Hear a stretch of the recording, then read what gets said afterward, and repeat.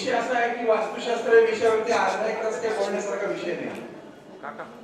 या विषयावरती माझा आनंदी वास्तू नावाचं व्याख्यान 3 तासाचे शोध असतात स्टेजच्या माध्यमातून। तरी आपण कशा पद्धतीचं आयोजन करूया म्हणजे त्याच्यामध्ये आपल्याला आतापासून इथीपासून आतापर्यंत हे सगळं ऐकायला मिळेल। वास्तुशास्त्र हे प्रमुख आपल्या 10 दिशांमध्ये काम करतं, बरोबर अहो की नाही? आता तुम्ही बघाल तर काही दिशांवरून आपल्याला काही गोष्टी अगदी क्लिअर होतात। या सगळ्या दिशांचा आणि विज्ञानाचा फार घनिष्ठ संबंध आहे। क्वांटम सायन्स नावाचा एक प्रकार आहे, तुम्हाला माहिती का माहित नाही। क्वांटम सायन्स नसेल तर तुम्ही जरूर अभ्यास करा। क्वांटम सायन्स आणि वास्तुशास्त्र आणि ज्योतिषशास्त्र हे सगळे एकमेकांना अलाइन आहेत। या सगळ्याचा एक प्रमुख नियम आहे। वास्तुशास्त्र जेव्हा तुम्ही घर बांधता त्यावेळेस एक प्रमुख नियम आहे, तो म्हणजे ज्याचं तुम्ही घर बांधता त्याची कर्म काय ते वगळले जायचे असतात। 4-5 दारूचे अध्याय, 2-4 लॉजेस आहेत, तिथे अनेक धंदे चालत आहेत, अनेकांचे या मानामोठे फिरगळलेले आहेत आणि वास्तुशास्त्राप्रमाणे त्यांनी घर बांधलं तर त्याच्यामध्ये त्याला फक्त पंचमहाभूतांचं बॅलन्सिंग मिळेल। वास्तुशास्त्राच्या पंचमहाभूतांचा फायदा त्याला होईल, तर त्याच्या कर्माने ती वास्तू अनबॅलन्स राहील। त्यामुळे सगळ्यात महत्त्वाचं म्हणजे त्याचं कर्म काय आहे महत्त्वाचं। एखादा माणूस गरीब आहे पण त्याची कर्म अतिशय चांगली आहेत आणि त्याची वास्तूच्या विपरीत आहे, तरी सुद्धा त्याला त्या वास्तूचा त्रास होत नाही। मग अशी लोक म्हणतात की मग गरीबाला कुठला आहे वास्तुशास्त्र। पण लक्षात घ्या, वास्तुशास्त्र हा बँकेतल्या पुण्याई सारखा भाग आहे। कळते का तुम्हाला? तुम्ही तुमची कर्म, तुमचे ग्रह आणि वास्तुशास्त्र या तिन्हीचं जर अलाइनमेंट केलं तर तुमच्यासारखा यशस्वी माणूस जीवनात कोणी नाही, हा मी स्वतः अनुभव घेतलेला आहे। वास्तुशास्त्राचा अभ्यास करताना वगैरे गुरुजी मला जर कोणी विचारलं की तुला काय अनुभव आहे, तर माझ्याकडे त्याच्या खाणाखुणा आहेत माझ्या घरी। मी गोष्ट सांगते तुम्हाला साधारणपणे 30-35 वर्षापूर्वीची। मी पत्रिका पाहत होतो आणि पत्रिका पाहिल्यानंतर माझ्याकडे मी ते लग्न होणार नाही म्हणून सांगितलं। तरुण होतो अगदी, लग्न झालेलं नव्हतं आणि त्यावेळेस अर्धा एक तासाने ती मुलगी आली आणि ती मी लिहून दिलेली कागद माझ्या तोंडावर फेकली। म्हणजे माझं लव्ह मॅरेज आहे, मी प्रेम करणार आहे, मी तुला लिहून दाखवते, तुला काय अनुभव आहे की बाबा या पत्रिका जुळतात जुळत नाही, सगळं खोटं आहे म्हणून ती तोंडावर फेकली। तुला काय अनुभव आहे हे डोक्यात बसलं आणि मग मी ठरवलं की आता लग्न अशा स्त्रीशी करेन की तिची माझी पत्रिका जमत। आणि तिथून खरं सुरुवात झाली या सगळ्या गोष्टींना चेकिंग करायला। काही ठिकाणी ज्योतिषशास्त्रामध्ये तुमचा स्वभाव जर तुम्ही बदलला, मला तर ज्योतिषशास्त्र हे तुम्हाला स्वभाव बदलायलाच सांगतं। म्हणजे उदाहरणार्थ वृश्चिकेचा माणूस, ज्येष्ठ नक्षत्राचा माणूस हा रागीट असतो, आठे असतो, खुशी असतो, जर त्यांनी त्याचा स्वभाव बदलला तर तो कुठेही राहू दे आनंदीच राहतो। विनम्रता, त्याचे जर गुण त्याच्या अंगी असतील तर तो कुठेही यशस्वी होतो। म्हणजे या सगळ्या गोष्टी ज्योतिषशास्त्र तुम्हाला जे काय सांगतं ते काही चमत्कार थोडी घडवतो तुमच्या आयुष्यात, तसं वास्तुशास्त्र पण काही चमत्कार घडवत नाही। म्हणजे तुम्ही कुठेतरी गोव्यामध्ये फिरायला निघालाय या मधल्या मार्गात जंगलात आणि मी पाहतोय की तुमच्या गाडीचे टायर जे आहेत ते गुळगुळीत झालेले आणि ते पंक्चर होऊ शकतात। तर मी सांगतो की तुझा टायर पंक्चर होऊ शकतो, मग काम कर, तू एक स्टेपनी बरोबर घे, बरोबर नुसती टेपली घेऊन उपयोग वाटणार नाही म्हणून हाताला घे, बरं रात्री बिबट्या येईल ना गाडी पंक्चर झाली आणि म्हणून तू लाईट पण घेतो आणि त्याच्याबरोबर आणखी एक माणूस देखील बरोबर घे आणि मनाची तयारी ठेव की आपली गाडी पंक्चर होऊ शकते।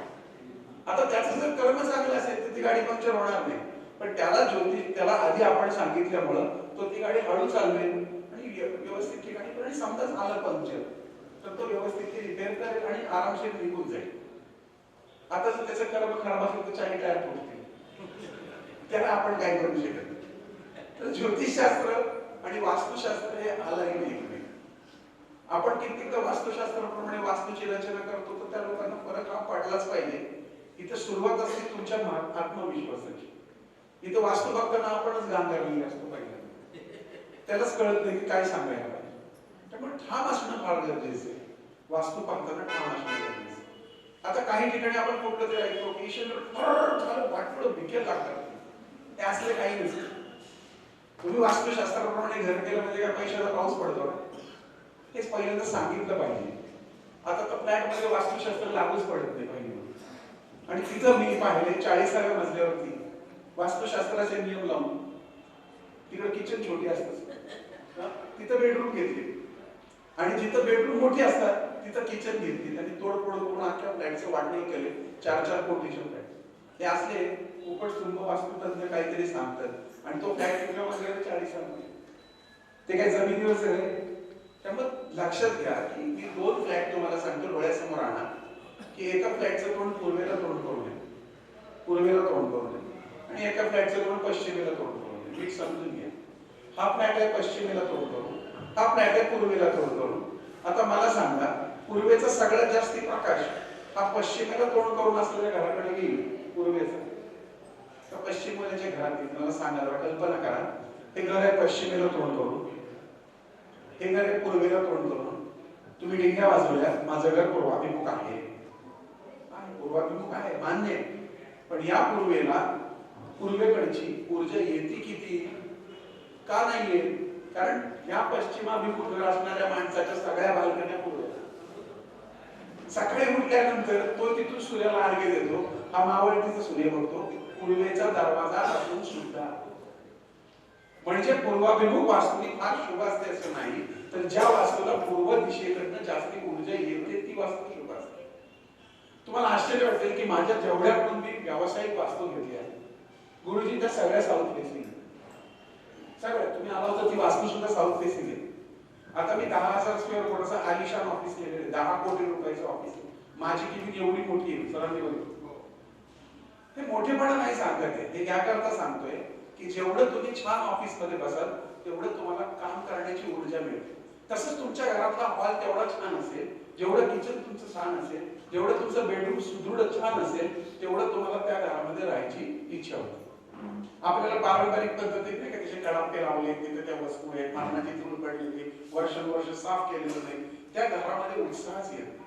तुम्ही कधीतरी थोडंसं फर्निचर चांगलं असलेल्या घरामध्ये राहून पहा, तुम्हाला ऊर्जा मिळते, तुम्हाला छान वाटतं. नंतर मग वास्तुशास्त्र कर्म या सगळ्या गोष्टी आहेत. एक साधंसं उदाहरण देतो की तुम्ही ते लिटिल चॅम्प्स वगैरे कार्यक्रम बघत असाल किंवा डान्स इंडिया डान्स कार्यक्रम बघत असाल, तर त्या कार्यक्रमामध्ये बहुतांशी मुलं झोपडपट्टीत नाही येतात बघा. झोपडपट्टीतली मुलं असतात त्याच्यामध्ये, तर त्या मुलांच्या चेहऱ्याकडे पाहिलं ना की अजिबात तेज नसतं, ते दुखलेली वगैरे असतात. पण त्यानंतर तेव्हा ग्रँड फिनाले असतो, जेव्हा ते त्यांच्या ताकदीने पुढे जातात तेव्हा त्यांच्या चेहऱ्यावर एक वेगळं तेज आलेलं असतं. हे तेज कशाचं येतं? तर त्यांचं ग्रूमिंग केलं जातं. सरांना माहिती असेल ग्रूमिंग म्हणजे काय करतात, तर त्यांना 5 स्टार हॉटेलमध्ये ठेवतात, त्यांच्या सतत सकारात्मक विचार टाकतात. आणि म्हणून बघा, एखादी काळी सावळी बाई करोडपतीच्या घरात असेल तरी तिच्या चेहऱ्यावर तेज दिसते, आणि एखादी गोरी गोमटी देखणी झोपडपट्टीत असेल तरी ती लगेच कळते की झोपडपट्टी काय. मी हिणवत नाहीये, लक्षात घ्या. इथं विषय असा आहे की तुम्ही आजूबाजूला ज्या विचारांमध्ये राहता त्या विचारांचं तेज तुमच्या थोबाडावर येते. मगाशी इथं लहान मुलं बघितली तुम्ही, वाटलं का त्यांच्यात कोणी गुन्हेगार? बघितले नाही तुम्ही? नुसतं गंध लावलं, कपाळाला टेकलं, कोणी लावलं तरी तो तेवढा पावित्र्यवान दिसेल असं नाहीये, कारण त्याच्या अंगामध्ये असलेली ऊर्जा, त्याच्याकडे सातत्याने करत असलेलं कार्य आपल्याला भद्रे गुरुजींकडे पाहिल्यानंतर लक्षात येते की हा माणूस कुठेतरी वैदिकशी संबंधित आहे. नाही तर बरेचसे लोक गाडी वाढून बुवा बाबा झालेले, त्यांना गायत्री मंत्र म्हणता येईल, म्हणजे ते लगेच कळतं की त्यांच्या चेहऱ्यावरती तो ओके बोकेपणा आहे. तसं वास्तुशास्त्राप्रमाणे ज्या घरामध्ये तुम्ही राहता त्या घरामध्ये जर सुनियोजित असं सगळं असेल, सगळं मी म्हणत नाही की ठीक आहे तुम्ही गरीब नाही फर्निचर करू शकत, पण कमीत कमी तुमचे पडदे तरी धुतलेले असेल. मी असं जर बघितलंय की बाथरूम मधून आंघोळ करून आले की त्या पडद्याने सांग पुसतं आणि वरच्या बसल्या बसल्या इकडे पुस तिकडे पुस, आणि ते पडदे काळे मिक्स झाले. स्वयंपाकघरामधली भांडी धरायची फडकी सुद्धा एवढी घाणेरडी, मला सांगा कुठनं प्रगती होणार? आयुष्यभर आम्ही गरीबच राहणार. लक्षात. त्यामुळे तुम्ही म्हणजे उची सोच. आता इंग्रज त्यांचं असं म्हणतात की त्यांच्या राज्यामध्ये कधी सूर्य म्हणजे मावळला नाही. का बरं? तुम्ही त्यांच्या वास्तू बघा, तुम्ही पिसाचा बंगला असू द्या, ते गिझार्ड, तुम्ही कुठलेही त्यांचं काम बघा किंवा त्यांची चर्चेस बघा, त्यांची हाईट केवढी असते? जेवढी उंची घराची जास्ती, असं म्हणतात की स्पेस मेक्स ब्युटी. जेवढी उंची जास्ती तेवढी घरं सुंदर दिसतात. आणि म्हणून प्रत्येक वास्तुशास्त्राप्रमाणे आपण काय करतो, पीओपीच्या नादामध्ये 10 फुटाचं घर असतं, 10 फूट 9 फुटाचंच असतं, त्याला आणखीन कमी करतो, माझ्यासारख्या माणसाचा हात लागतो. म्हणून स्पेस पाहिजे. उगाच जगामागा मला बघा करण्यात काही अर्थ नाही. बरेच लोक ते एका भिंतीला काहीतरी कलर लावतात, यांनी सगळ्यांना ऊर्जा अनबॅलन्स होतो. तर मी सगळ्यात पहिला तुम्हाला एकच मला मुद्दा सांगायचा आहे, तो मुद्दा म्हणजे कर्म हा फार पहिला महत्वाचा मुद्दा आहे. बाकी सगळं बाजूला, कर्म हा महत्वाचा मुद्दा. दुसरा, तुमचं ज्योतिषशास्त्र, तुमची पत्रिका, तुमच्या पत्रिकेतल्या दशा महादशा. कारण वास्तुशास्त्रज्ञाला ज्योतिष असणं पण गरजेचं आहे. नाहीतर मी वास्तुशास्त्राप्रमाणे घर पाहिलं, त्याची वास्तू एक नंबर आहे, सगळ्या गोष्टी चेक केल्या आणि नंतर कळते की त्यांच्या पत्रिकेत राहूची कडक महादशा चालू आहे, त्याच्याबरोबर शनीची 7.5 पण चालू आहे आणि अत्यंत वाईट परिस्थिती. मग त्या काळामध्ये त्याचं सुख मिळत नाही. याचा अर्थ पहिल्यांदा ती फ्रिक्वेन्सी आपल्याला काढली पाहिजे, म्हणजे त्या शांत्या करून त्या गोष्टी बाजूला केल्या पाहिजेत आणि मग वास्तू बाजूला केली पाहिजे. मग त्याचे कुठे ना कुठेतरी फायदे मिळतील. तिसरा आणि महत्वाचा मुद्दा सर, याच्यामध्ये आता खूप मशिनरीज निघाल्या, म्हणजे पॅरानॉर्मल ऍक्टिव्हिटीज. मी ताईंना सांगतो, तुम्ही वास्तूची प्रॅक्टिस करत असाल तर पॅरानॉर्मल वस्तू निघाल्या की ज्या वातावरणातली ऊर्जा दाखवतात, त्या माझ्याकडे आहे. कधी जर पुढच्या वेळेस माझ्या लक्षात नाही आलं, तुम्हाला जसे इथं प्रात्यक्षिक दाखवलं असतं. आणि EMF मीटर आहेत, BM मीटर आहेत, इलेक्ट्रोमॅग्नेटिक पॅचेस, त्याच्यानंतर बहुतांश असे मीटर आहेत की त्याचे मी प्रत्यक्ष प्रात्यक्षिक हे स्मशानात वगैरे जाऊन केली, आणि मला तर खूप अतिशय अद्भुत असा अनुभव आलेला आहे. त्याच्यामध्ये सायन्स आहे, त्याच्यात आपले एअर रॉड्स आहेत, एअर रॉड्स म्हणजे तांब्याचे रॉड्स आहेत. आपल्याकडे काय होतं, दार्शनिक गोष्टीला फार महत्व असतं. वास्तूमध्ये आपण बघायला गेलो की आपण कुठेतरी 2 विघे मध्ये गेलो होतो, लोकांना वाटतं ते हल्ले वगैरे सगळी बनवा बनवी आहे. तो एखाद्या वेळेस तर म्हणजे तुमच्याकडे जर विचारलं याची मला सायंटिफिक आहे तर तुम्हाला सांगता येणार नाही, पण ती बनवाबनवी नाहीये, ते सायंटिफिकच आहे. पण ते सायंटिफिक कसं आहे हे सांगण्याची ताकद तुमच्याकडे पहिली पाहिजे. नाहीतर आनंद पिंपळकर रॉड घेतात, आनंद पिंपळकर घोषमीटर घेतात म्हणून तुम्ही करत नसाल तर त्याला काही अर्थ नाही. आणि आता आधुनिक काळानुसार खूप साऱ्या गोष्टी, खूप मशिनीज आल्या. म्हणजे पूर्वी एखादा वैद्य असायचा, तो हाताची नाडी बघायचा आणि आजार सांगायचा, आणि नंतर मग स्टेथोस्कोप आला. मग तरी तो वैद्य डोकं नाही लावतो, तो लावतो डोक्या ऐकतो समजायचं. तसं तर आपल्याकडे तेवढी, जसं आपल्याला दादा म्हटले की उपासना, आपल्याला वगैरे गुरुजी म्हटले की उपासना आपली कुठे आहे मला सांगा, आपल्याला वेळच नाही उपासना करायला. आज तुम्ही बघा, ज्या धर्मामध्ये उपासनेची ताकद जास्ती असते, जिच्यात जास्ती उपासना केली जाते, तो धर्म जगावर राज्य करणार. लक्षात ठेवा हे वाक्य, हे वाक्य लक्षात ठेवा. आणि कोणत्याही धर्माला नावं ठेवून काहीच अर्थ नाही, कारण आम्ही आरत्या करत नाही, आम्ही पूजा करत नाही, आमच्या देवांना कित्येक वेळा शेंबूड आलेला असतो, म्हणजे पूजाच करत नाही, काय त्याचं काहीच होत नाही. आमच्या स्त्रियांना शुभम करू ती माहित नाही, आमच्याकडे तुळशीला दिवा लावला जात नाही. हे सगळं जे आहे ते आता तुमचं आमचं कर्तव्य आहे, ज्योतिषांचं आणि वास्तुवाल्यांचं, ह्या गोष्टी लोकांमध्ये पसरल्या पाहिजे. मी म्हणत नाही की मुलीने घरातल्या शॉर्ट घालून फिरू नये, माझी मुलगी पण फिरते, पण वेळ प्रसंगी ती संध्याकाळी व्यवस्थित देवापुढे दिवाबत्ती करते, तिला तुळशीचं महत्व माहिती आहे आणि तिला तिच्या धर्माविषयी अभिमान आहे. मी म्हणत नाही की आधुनिक काळाला तुम्ही टाळायची गरज आहे. आधुनिक काळाला योग्य पद्धतीने घेऊन त्याच्याबरोबर तुम्ही मागच्या तुमच्या परंपरा सुद्धा जोपासणं गरजेचं आहे, आणि ती जबाबदारी ज्योतिषांची पण आहे आणि वास्तुवाल्यांची पण आहे. त्यामुळे वास्तूच्या नावाखाली घाबरून सोडून, आता दिल्लीचे बरेच लोक मी पाहतो कुठले तरी कोर्सेस करतात, मी नावं नाही ठेवत, मी गंमत सांगतो. हा झाडू इथे ठेवला, वाटलं होतं, हे डस्टबिन तिथे ठेवलं, वाटलं होतं. हा प्लीज, अरे पण ज्यावेळेस वास्तुशास्त्र जन्माला आलं तेव्हा कुठं प्लीज होता, तेव्हा कुठं संडास होते, तेव्हा बाहेर होते ना संडास. आता ह्या सगळ्या गोष्टी काळानुरूप आपण याच्याशी जोडत गेलो. बघा, वास्तुशास्त्र पुन्हा सांगतो, क्वांटम फिजिक्सचा अभ्यास करा.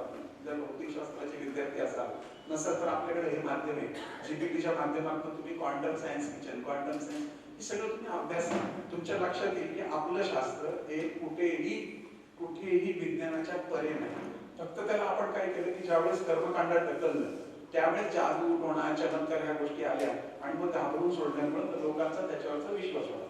जसं आपण म्हणतो की डॉक्टर असतात, डॉक्टरचं MBBS जे आहे ते कुठं चुकीचं आहे नाही का, ते चुकीचं नाहीये, पण डॉक्टर मेलेल्या माणसाला सुद्धा व्हेंटिलेटर लावतात आणि पैसे काढतात, म्हणजे याचा अर्थ डॉक्टर चुकतो.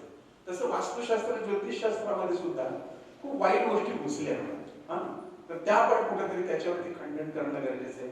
तुम्ही सगळी तरुण मंडळी, पल्लवी ताई आहेत, एवढी सगळी मान्यवर मंडळी आहेत, जगाधर सर आहेत, शेवाळे सर आहेत, यांचं इतकं प्रचंड प्रगल्भ ज्ञान आहे, याचा प्रचार प्रसार करणं पण आपली जबाबदारी आहे. आता तुम्ही म्हणाल याचा आणि वास्तुशास्त्राचा काय संबंध?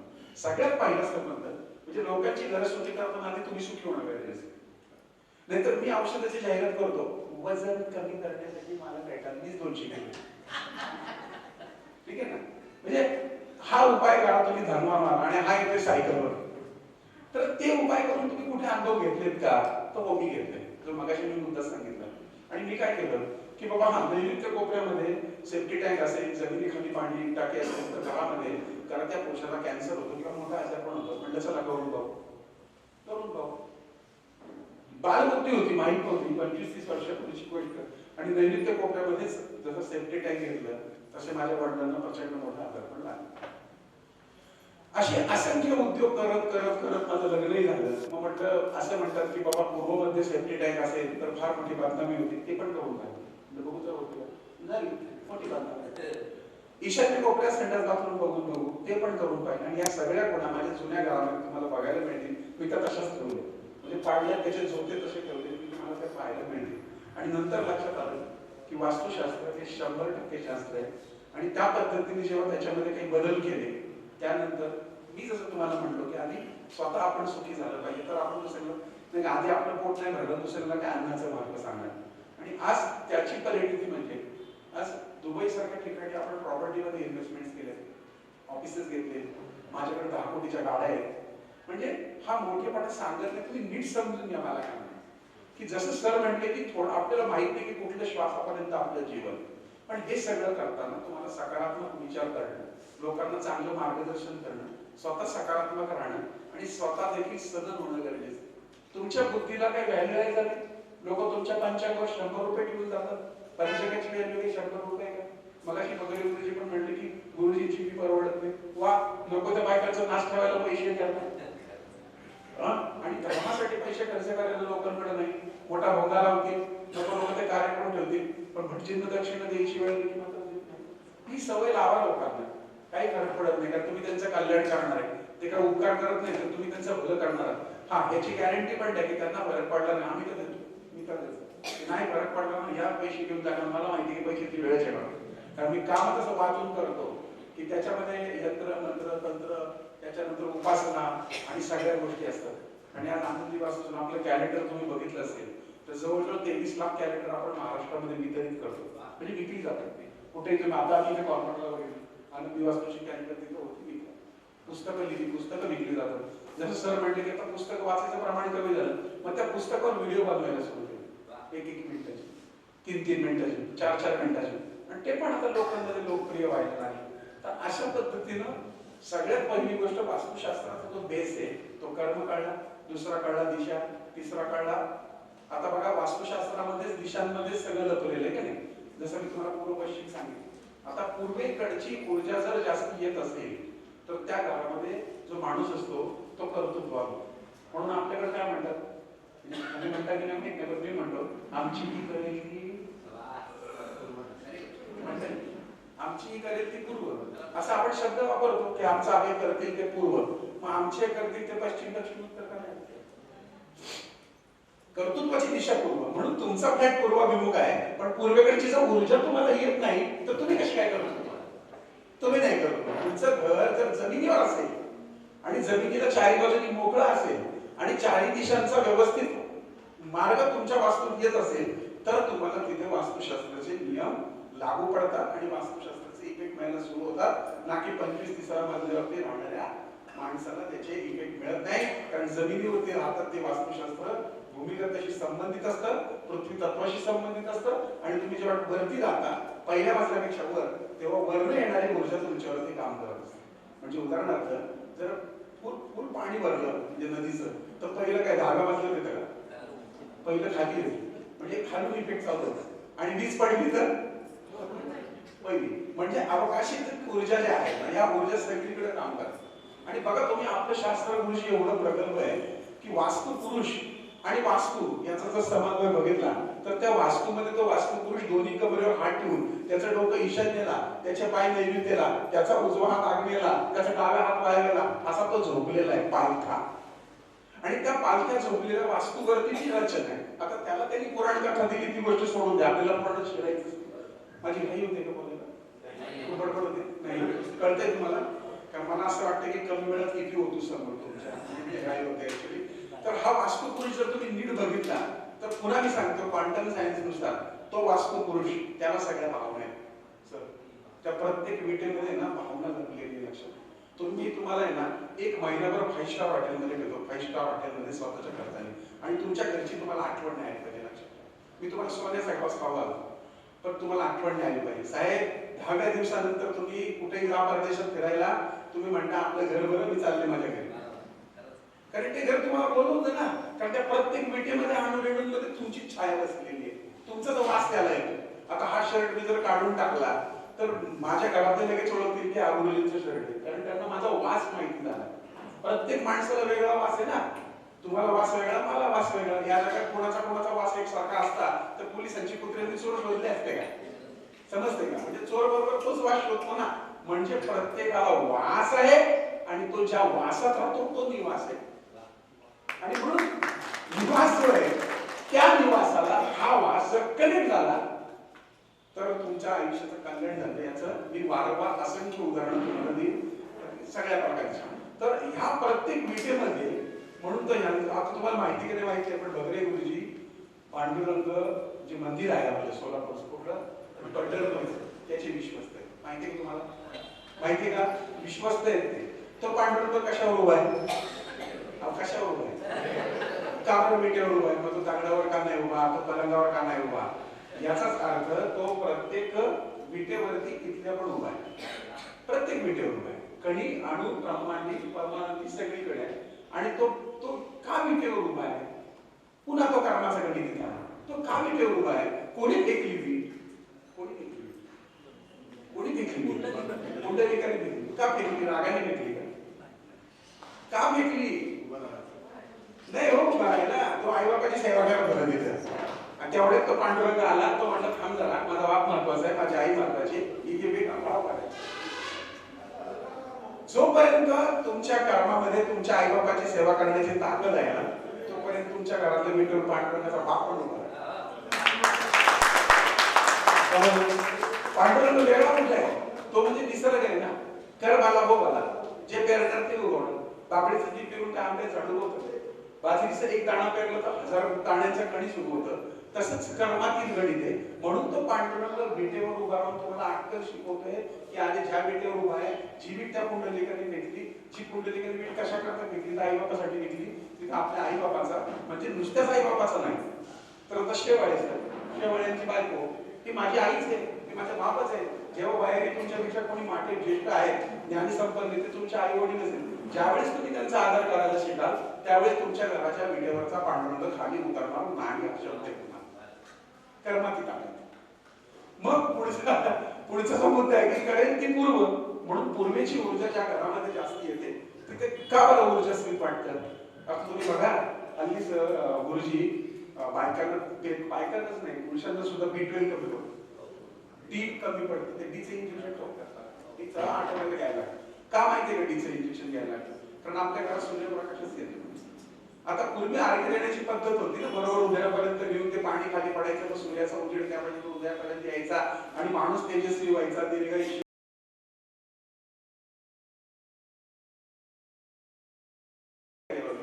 आता आम्ही आरती देतो आणि खालच्या बाजूला फ्लॅटवरती पाणी पडतं, तो रोज बंबा मारता काय करायचं आमच्या घरात पाणी चाललं. तर थोडक्यात काय, तर करीन ती पूर्व, म्हणजे याचा अर्थ तुमचं घर जर पश्चिमाभिमुख आहे किंवा तुमच्या घरात पूर्वेचा उजेडच येत नाही, तर याचा अर्थ असा आहे की तुम्हाला सूर्याची गरज आहे. आणि म्हणून तुम्ही काय करा की जर तुमच्या घराला पूर्वेचा उजेड येत नसेल, तुमचा दरवाजा पूर्वाभिमुख असो नाही तर पश्चिमाभिमुख, सकाळच्या सूर्यप्रकाशामध्ये तुम्हाला तास 2 तास महिन्यात किमान 10-15 वेळा तरी बाहेर पडलं पाहिजे. तुमच्या चेहऱ्यावर एक प्रकारचं वेगळं तेज येतं. तीच ऊर्जा घेऊन तुम्ही त्या घरात येता. तोच वास्तवपुरुष त्याच्याच कांद्यावरती आपण खेळतो. त्याचं डोकं ईशान्येला आहे, आपलं डोकं ईशान्येला आहे. ही अलाइनमेंट आहे. जर त्याचं डोकं बिघडलं तर तो कार्त्या पुरुषाचं डोकं बिघडलं. आणि म्हणून ईशान्य कोपऱ्यात संडास असेल तर घरातल्या माणसांना डोक्याचे आजार होतात. ईशान्य कोपरा कट असेल तर पॅरालिसिस सारखे आजार होतात. ते कुठं सांगतं की जमिनीच्या घरात.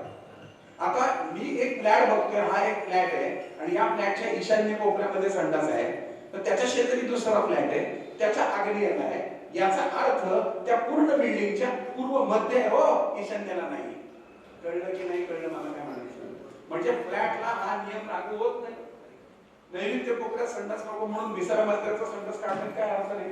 एक फक्त एक गणित समजून घ्या सगळ्या वास्तुवाल्यांनी आणि ज्योतिषवाल्यांनी की वास्तुशास्त्र हे ऊर्जेचं शास्त्र आहे आणि ती ऊर्जा आपल्यामध्ये आणि वास्तूमध्ये येणं गरजेचं आहे. आता पूर्वेची बाजू बंद असेल तर काय उपाय करायला पाहिजे? खिडकी काढणे शक्य नसेल तर काय उपाय करायला पाहिजे? तर सूर्याची प्रतिमा त्या ठिकाणी लावली. आता तुम्ही काही पण बोलता ती ऊर्जा थोडी त्याच्यात येणार. नुसती सूर्याची प्रतिमा लावून चालणार नाही तर सूर्याच्या प्रतिमेच्या कपाळावर माणिक चिकटवलेला पाहिजे. पिंडी ते ब्रह्मांडी त्या पद्धतीने माणकाची थोडक्यात ही बॅटरी मोबाईल मध्ये बॅटरी मध्ये पण थोड्या वेळाने लावतो चार्जिंगला ती चार्ज होते म्हणजे ती स्टोअर करते ऊर्जा आहे. तसं तुम्ही जेव्हा माणिक कपाळी लावलेला जेव्हा सूर्य लावता सूर्य हे माध्यम आहे. तुम्ही नुसतं भिंतीला चिकट माझं काही म्हणतो तर ती माणकामध्ये म्हणजे माणिक रत्न आहे ते त्या सूर्याची एनर्जी म्हणजे या बॅटरी सारखं स्वतःमध्ये घेतं. जसं सोलर पाहिजे तुम्हाला सोलर पॅनल असतात. सोलर पॅनलला ऊन जरी पडलं नाही ना तरी पाणी कोंबट होतच. लाईट ही लागतेच म्हणजे सोलर मध्ये पॉवर आहे ना तशी त्या माणकामध्ये देखील पॉवर येतो. ती ऊर्जा घेतो आणि घरामध्ये द्यायचा प्रयत्न करतो. अशा वेळेस त्याच्यावर एक पिवळ्या रंगाचा लाईट सोडा. साधा सोपा उपाय. यासाठी भिंत फोडायची गरज नाही घर तोडायची गरज नाही. म्हणजे करेल ती पूर्व की जेव्हा वाटते तेव्हा पहिलं कर्म चांगलं आलं दुसरं तुम्हाला निसर्गाचा आधार घेऊन निसर्गामध्ये फिरणं आलं आणि तिसरं मग अशा प्रकारचे उपाय तात्पुरते आणि तत्कालिक उपाय. म्हणजे तुम्ही हे केलं तर हे करायचं नाही हे केलं तर हे करायचं नाही असं नाही. आता बघा पूर्व झाल्यानंतर जी येते आणि मीच बोलते की पूर्व झाल्यानंतर येते ती पश्चात येते नाही का म्हणजे पश्चिम येते. आता सगळ्यात सर पॉवरफुल धन पश्चिम का लोकांना माहितच नाही. माझ्या स्वतःचं घर पश्चिमाभिमुख मला हसतात. ऑफिस तुमचं दक्षिणाभिमुख आणि घर तुमचं पश्चिमाभिमुख असं कसं काय? थोडा विपरीत म्हणजे लोकांचं असं उत्तरेला दरवाजा पूर्वेला इकडे दरवाजा असं काही नाहीये. मूळ तत्व आणि गणित कळली तर तुम्ही करोडपती होणार. पैशात सांगते मी भौतिक सुखात सांगते आणि भौतिक सुखात करोडपती होणार तर सगळी सुख बरोबर आहे. पैसा आला तुमच्याकडे बरोबर की नाही खिशात नाही काय नसेल ना तुम्हाला पुत्र विचारत नाही रस्त्यावर. आता बिस्किट असेल तर 4 कुत्रे मागायला लागतात आणि हे तुमचं तुम्हाला पण पहिलं आणि समोरच्याला सुद्धा तुम्हाला ऊर्जित करायचे म्हणून हे नियम महत्वाचे. पश्चात म्हणजे पश्चिमाभिमुख आणि तुम्ही बघाल तर शक्ती जी आहे शक्ती ही पश्चिमाभिमुखच आहे. कोल्हापूरच्या अंबाबाईचं मंदिर कुठल्या दिशेला तोंड हा जेवढ्या म्हणून शक्तीपीठ आहेत ना सर तेवढे सगळे पश्चिमाभिमुखच आहेत. इव्हन श्रीयंत्राची पूजा केल्यानंतर श्रीयंत्राचं मुख सुद्धा पश्चिमाभिमुख असतं. आणि म्हणून ज्या घरामध्ये स्त्रीचं वर्चस्व असतं चांगल्या अर्थाने जिचं वर्चस्व असतं तिच्या पायात ते लक्ष्मी ऊर्जित होते ते घर पश्चिमाभिमुख. त्यामुळं त्या घरामध्ये पश्चिमाभिमुख वास्तू आकाशातला नारायण सूर्यनारायण जसा त्या लक्ष्मीच्या पाय धरायला येतो वर्षातनं काही दिवस तसा घरातला नारायण सुद्धा त्या घरातल्या लक्ष्मीच्या पाय धरायला उद्युक्त होतो. कारण ती कशा पद्धतीचं वर्तन त्या घरामध्ये करते कारण तिला तशा प्रकारचं वागावं असं वाटतं. नाही तर आता बघा 1200 उठत नाही स्वयंपाकाला स्वी. तर हे सगळे जे गुण दुर्गुण आपल्यामध्ये होत चालले याला कारण वास्तू त्याला पूर्व झालं पश्चिम झालं. आता त्या मला माझ्या प्रश्नाचं काय उत्तर ज्याच्या शब्दातच उत्तर दिले प्रश्नाचं उत्तर प्रगती आणि उत्तरेला एक तारा आहे बघा जो कधी ढळत नाही त्याचं नाव आहे ध्रुव. मग तुमच्या वास्तूमध्ये जर उत्तर दिशा ओपन असेल तर रात्री तो ध्रुव तारा तुमच्या घरामध्ये कायम येतो. तुम्ही तुमच्या कामात तुमच्या शास्त्रात तुमच्या क्षेत्रात तुम्ही ध्रुव ताऱ्यासारखं आढळता. आणि म्हणून माझ्या वास्तूत जर आला तुम्ही ऑफिसमध्ये तर इकडे जवळजवळ 300 फूट उत्तर दिशा आणि इकडे 300 फूट सगळी काच आहे आणि माझा दरवाजा दक्षिणेला आहे तो एवढाच आहे. म्हणजे दक्षिणेकडनं ऊर्जा आलीच पाहिजे. जेवणामध्ये मीठ तिकडे पाहिजेच पण भरमसाठ नको ना. तसंच दक्षिणेची ऊर्जा घरात आलीच पाहिजे पण भरमसाठ नको ना. आपल्याला हेच कळत नाही की जेवणात किती प्रमाणात काय टाकायचं जीवनात किती प्रमाणात काय टाकायचं आणि वास्तूत किती प्रमाणात काय. हे जर कळलं तर तुमची रेसिपी एक नंबर. आता बघा पूर्व झालं पश्चिम झालं दिली तुम्ही माझ्या प्रश्नाचं उत्तर. आता जी महत्वाची दिशा ज्याला लोक घाबरतात ती कुठली काय काय तुमचा आवाज क्षीण झालाय का. क्षीणत्वाची दिशा दक्षिण आणि त्या दक्षिणला जर काना लावला काना तर काय होतं दक्षिणा. बघा दक्षिण ही क्षीण पण करते आणि दक्षिणा पण देते, आणि म्हणून माझ्या सगळ्या कमर्शियल वस्तू मी स्वतः दक्षिणाभिमुख घेतले. दक्षिणेच्या योग्य पदामध्ये असलेली वास्तू तुम्हाला मोठ्या प्रमाणात दक्षिणा देते. उत्तरेचा ध्रुवतारा तुम्हाला आढळ करतो. पूर्वेची ऊर्जा तुम्हाला ऊर्जावान आणि सकारात्मक करते. पश्चिमेची ताकद तुमची स्त्री शक्ती घरातल्या स्त्रीची ताकद वाढवते, आणि घरामध्ये ज्या स्त्रीची किंमत नसते त्या घराला किंमत नसते. आणि म्हणून या सगळ्या दिशांचं प्रतिनिधित्व करणारा आहे तो वास्तू पुरुष. तो झोपलाय, त्याचं डोकं आहे कुठे? ईशान्येला, पाय आहेत नैऋत्येला. म्हणून डोकं जे आहे ते ईश्वरातील सहस्त्रार चक्र जिथे आहे, म्हणून तिथे स्वच्छता असते. त्याचे पाय आहेत त्या नैऋत्य कोपऱ्यात, ज्याच्यावर तो उभा राहतो.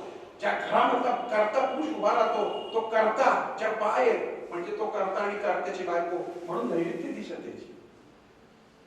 हा हात आहे, जेवायला वापरतो आपण. हा हात हा आग्नेयला येतो, म्हणून अग्नी म्हणजे तिथे जेवण बनतं. हा हात वायव्येला जातो, हा धुवायचा हात आहे, म्हणून संडास बाथरूम त्या गोष्टी त्या बाजूला आहे, सेफ्टी टँक सगळ्या त्या बाजूला आहे. उजवी मांडी ही पत्नीसाठी, डावी मांडी ही लेकरा बाळांसाठी. त्या पद्धतीनं नैऋत्य बाजूची बेडरूम ही पती पत्नीसाठी, वायव्य दिशेची बेडरूम ही मुला बाळांसाठी. आणि ज्यावेळेस याचं अलाइनमेंट बिघडलं त्यावेळेस सगळं बिघडलं. जमिनीवर घर आहे, वायव्य दिशेला तुमचं पती पत्नीचं बेडरूम आहे, तुमच्या दोघात तिसरा सगळं विसरा. गॅरंटेड सांगतो तुम्हाला. जमिनीवरच्या घरात वायव्य कोपऱ्यात बेडरूम पती पत्नीचं मास्टर असेल तर या दोघांमध्ये तिसरा आल्याशिवाय पाहिलं. खूप उदाहरण आहे. ईशान्य कोपऱ्यात जमिनीवर घर, संडास बाथरूम, डोक्याचे त्रास होतात. नैऋत्येला अंडरग्राऊंड सेफ्टी टँक आहे, कॅन्सरचं प्रमाण जास्त होतं. तरी पूर्व मध्ये असेल त्या माणसाच्या हमखास बातमी होती. आणि या सगळ्या गोष्टींमध्ये जसं पूर्व करीन ती पूर्व, शांत होणारी पश्चिम, क्षीरत्व देणारी किंवा दक्षिणा देणारी दक्षिण, प्रत्येक प्रश्नाचं उत्तर देणारी उत्तर, आग्नेय अग्नी, निरुती निरुत्तर जडत्व, वायव्य वायू आणि ईशान्य ईश्वर, ऊर्ध्व ऊर्ध्व गतीने आणि अधो अधोगती. या 10 दिशांमध्ये सगळं रामायण लपलेले. पुन्हा कर्म, धर्म आणि वास्तू म्हणजे या सगळ्या गोष्टींचे जेव्हा अलाइनमेंट्स होतात तेव्हा दिशा बदलली की दशा बदलते. आणि दशा चांगली व्हायची असेल तर वास्तुशास्त्र, ज्योतिषशास्त्र, धर्मशास्त्र आणि नीती या सगळ्यांचं जर व्यवस्थित तुम्ही स्वतःवरती पाहिलं करा, मग दुसऱ्यावरती करा, तुम्हाला अनुभव खूप चांगले येतील. जसं मी मगाशी उदाहरण दिलं की तुम्ही ज्या ठिकाणी राहता, म्हणजे अगदी ऐश्वर्य राहिला, आपण जर कुठल्या तरी झोपडपट्टी राहून ठेवून दिलं 5 महिने, तिच्या चेहऱ्यावरचं पण तेज उतरतं. तुम्ही ज्या क्षेत्रात, तुम्ही पोलीस चौकीत गेला ना, तुम्ही लगेच ओळखता हा पोलीस आहे बरोबर, ओळखता का नाही? कारण तिथं बसून बसून त्याच्या चेहऱ्यावर तेज येतं. वकिलांच्या तिथं बघा, तुम्ही 100 लोकांत म्हणता हा वकील. एखादा डॉक्टर आला तर तुम्ही लगेच म्हणता डॉक्टर आहे. आणि काही लोकांच्या चेहऱ्याचं तेजच कळत नाही ते नक्की कोण. मी असे कपडे घालून गेलो की लोकांना वाटतं ते राजकारणी आहे, गंध लावला की वाटतं आध्यात्मिक आहे. म्हणून तुमची अभिव्यक्ती पाणी रे पाणी तेरा रंग कैसा जिसने मिला हुआ है, अशा पद्धतीनं पहिलं ज्योतिषाने सुधारावं, पहिलं वास्तुवाल्याने सुधारावं, पहिले स्वतःच्या वास्तू चांगल्या असाव्या. जसं मी जाळ्याचं उदाहरण दिलं. आणि मग तुम्ही इतरांच्या वास्तू करण्याचा मग तुम्हाला अधिकार आहे. नाहीतर जर तुमच्या संसाराची वाताच चालली, तुम्ही लोकांच्या संसार करायला गेले वाचवायला, तर त्याचे दोष पण तुम्हाला लागतात. कारण every energy convert to another energy.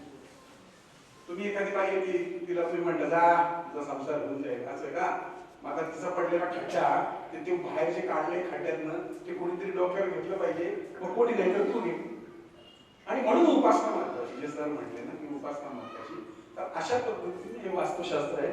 तर तुम्हाला आणखी काय हवं असेल तर हे सगळं सिंपल वास्तुशास्त्र आहे. जसं 10 दिशा, वास्तू पुरुष यांना जर तुम्ही नीट समजून घेतलं, क्वांटम सायन्स समजून घेतलं, तर तुमच्या आहे त्या घरामध्ये ते किती छोटं, किती जुनं, किती फाटकं तुटकं असू द्या, किती गळणार असू द्या, तुम्ही करून पहा, तुम्हाला अनुभव येईल. सर याच्यावरनं मी काही प्रोडक्ट्स तयार केले. जसं की आपण रोज यज्ञ करतो. आता तुम्ही म्हणून लागला जाहिरात करायला, मला विकायची नाही, तुम्ही घेऊन पण नका. मी सांगतोय तुम्हाला, मी तयार केलं प्रॉडक्ट, त्याचं नाव यज्ञ आनंद. जिथं तिथं माझं नाव घुसवतो मी, यज्ञ आनंद.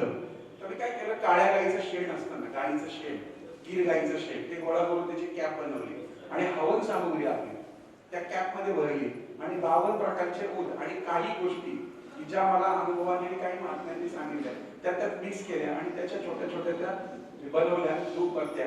त्या रोज सकाळी लावा, संध्याकाळी लावा. तुमच्या घरामध्ये तासाने माणूस आला तर तो तुम्हाला विचारणार आज यज्ञ केलाय का तुम्ही घरामध्ये, म्हणून त्याचं नाव यज्ञ आनंद.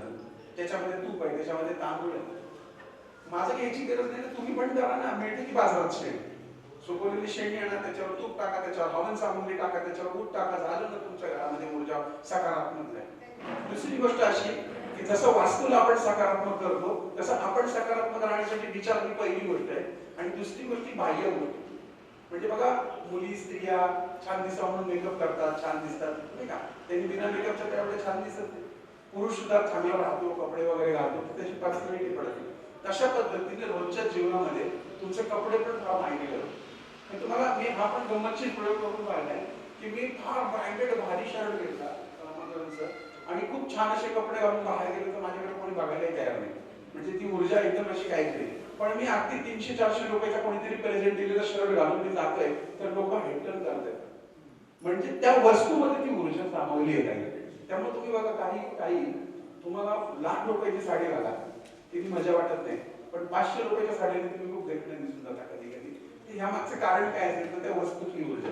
तशा आपल्या घरातल्या प्रत्येक गोष्टीत ऊर्जा आहे. जसं मी डिटेल सांगितलं, बरणीत आहे, भांड्यात आहे, या पंख्यात आहे, प्रत्येक गोष्टीतच ऊर्जा आहे. ती ऊर्जा जर त्या ऊर्जेच्या नजरेने तुम्ही बघितली तर तुम्हाला कळेल. उदाहरणार्थ हळद, कपाळाला हळदी कुंकू बायका लावतात, चालू आहे हळदी, केवढी ऊर्जा आहे त्याच्यामध्ये. हळदीकडे त्या नजरेने बघत नाही, आली बाई लावली कपाळाला हळद लावलं, पण त्या हळदीमध्ये कितीतरी पावर आहे. त्याचा पेटंट परमिशन घेतलाय लोकांनी.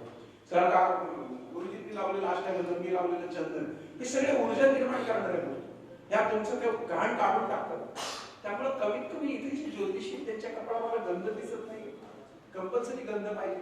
ज्या महिला ज्योतिषी त्यांनी कमीत कमी हळदी कुंकू कंपल्सरी लावलंच पाहिजे. तुम्हाला पाहून लोक हे करतील नाही, ठीक आहे बाबा, ते पुसलं जातं वगैरे मान्य, पण लावायला तर सुरुवात करा. येणाऱ्या प्रत्येकाला उद्युक्त देखील करायला. त्याच्यानंतर आपण जे आंघोळ करतो रोजचे, नुसतं पाणी घेतो, त्यांना वापरून मोकळं. कित्येक लोक तर काय मग मी त्याच्यावर गुरुजी साबण बनवलं, त्याचं नाव ठेवलं पंचशुद्धी. पृथ्वी, आप, तेज, वायू आणि आकाश या 5 तत्वांना पकडून 5 तत्वांचे साबण बनवलं. मी म्हणत नाहीये माझे घ्या, मी लक्षात घ्या. तुम्ही तुमच्या पद्धतीने आंघोळीच्या पाण्यामध्ये थोडीशी काळी माती टाका, झालं पृथ्वी तत्व. तुम्ही लाल माती टाका आंघोळी, त्याला मड थेरपी म्हणतात सर, बरेच लोक घेतात थेरपी. तर त्या साबणांमध्ये मी त्या गोष्टी टाकतो. मी स्वतः कैलास मानसरोवरची यात्रा केली तेव्हा माझे कपडे कमी येताना तिथलं पाणीच घेऊन आलो. ते सगळं वापरतो या साबणामध्ये, जलतत्वामध्ये. ठीक आहे, चमचावर टाकून बाकीच्या टाकून चाललंय. आणि अशा पद्धतीने पृथ्वी, अशा पद्धतीने आपल्या अवतीभोवती पण या वस्तू असतात. या वस्तू वेगळ्या विकत घ्यायच्या वास्तू तज्ञाकडनं अजिबात नाही ना. तुम्ही माती, तुम्ही बघा पायाच्या करवली शेजारच्या बोटावरती आंघोळीपूर्वी तुम्ही एक तांबे, आयुर्वेद सांगतो, मी नाही सांगतो, आयुर्वेद सांगतं की पायाच्या करवली शेजारच्या पाणी होता, मुलांची स्मरणशक्ती वाढते. त्याच्यानंतर आंघोळीच्या पाण्यामध्ये तुम्ही गोमूत्र टाका, आंघोळीच्या पाण्यात तुम्ही मीठ टाका, नकारात्मकता वाटते तर फार प्रभावी उपाय. ऊन गरम पाणी करा, त्याच्यात खडे मीठ मिक्स करा आणि त्याच्यात पाय घालून बसा. 10 मिनिटांनी तुमची निगेटिव्हिटी गेली असते. निगेटिव्हिटी जशी शरीरात असते ना, तशी निगेटिव्हिटी 50% मनात पण असते. तुम्हाला तुमच्या मनात निगेटिव्हिटी घालवण्याची सुद्धा इच्छा पाहिजे आणि हीच काम तुम्हाला समोरच्या माणसांकडनं पण करून घ्यायचं. तर असं हे वास्तुशास्त्र 10 दिशांमध्ये जरी असलं तरी हल्ली लोक त्याला काहीतरी 81 दिशा वगैरे म्हणतात. तर त्याचा प्रत्येक जण आपापला अभ्यास करून त्याच्यात पोहोचतोय. पण आपलं जे मूळ शास्त्र आहे ते दश दिशांशी संबंधित आहे, 81 खानांशी संबंधित आहे. आणि जमिनीवर जर तुमचं घर असेल तर त्याचे नियम वेगळे, वरती जर तुम्ही राहताय त्याचे नियम वेगळे. ते नियम एकत्र करून लोकांना संभ्रमित करूयात नको आणि त्यांचा फायदा आपण आपल्या धंद्यासाठी करूयात. आता तुम्ही फी घ्या ना, कोण म्हणते नाही घ्यायची, पण तुम्ही तर ताकदीचं तरी द्या. तुम्ही तिथं फी घेताय समजा 3 लाख रुपये आणि देताना तुम्ही जर बेंटेक्सचं गळ्यात देताय त्यांना, तर त्यांना पण कळतं ना की येड बनवते म्हणून.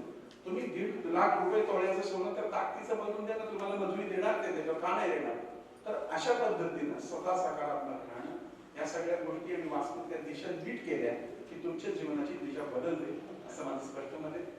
मला संध्याकाळी इथून उद्घाटन असल्यामुळे थोडंसं मी उरकलं घेतो, पण पुढच्या वेळेस मला थोडा 2-3 तासाचा अवधी द्या.